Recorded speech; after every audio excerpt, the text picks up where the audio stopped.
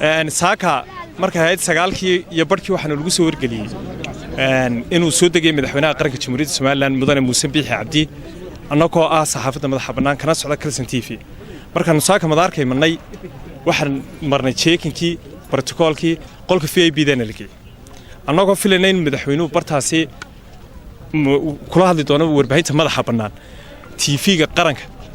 ayaa duubtay muuqaalkii qolkaas show kula hadlay saxaafadina qol cidlaa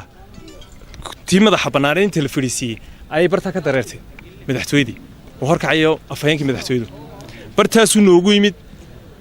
ilaa intii aan gudaha ku jirnay qolka VIP-da xafiiska media isagaa na waday qaladka intaa leeg iyo khiyaamada intaa leeg ee safarka madaxweynaha inaan soo bandhigna amba su'aal laga weydiiyo wixii ay ka soo wada hadleen imaaraadka la qarinayo annagu dadweynaha ma garanayno bismillaahir rahmaanir rahiim warbaahinta madaxa bannaan aad iyo aad ayaan u salaamayaa halkan waxa ka soo degayay madaxweynaha qaranka Jamhuuriyadda Soomaaliland mudane Muuse Biixi Cabdi oo maanta safar muddo ku maqnaa dalka dib ugu soo laabanayay warbaahinta madaxa bannaan uma suura gelin inay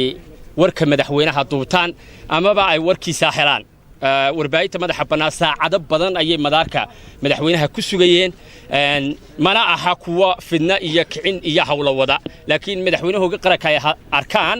oo dabcan hawlaha qaran ee uu soo qabtay ay wax ka weydiiyaan ayaa halkan u yimaadeen taasina uma suurta gelin marka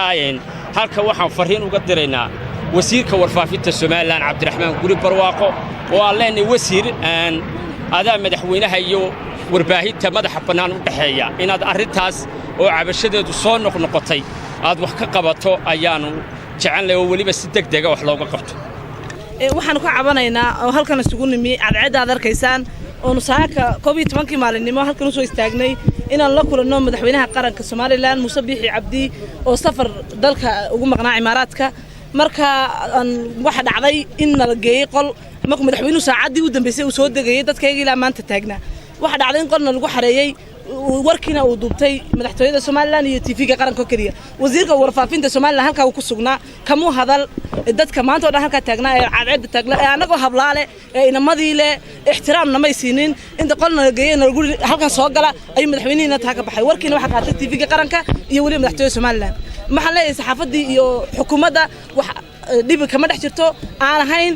dad gaar ah oo ka dhex shaqeynaya madaxweynaha iyo saxaafadda marka waxaan codsanaynaa in madaxweynaha iyo saxaafaddu kulmaan oo wixii dhibaato ay ka wada hadlaan ka warbaahinta madaxtooyada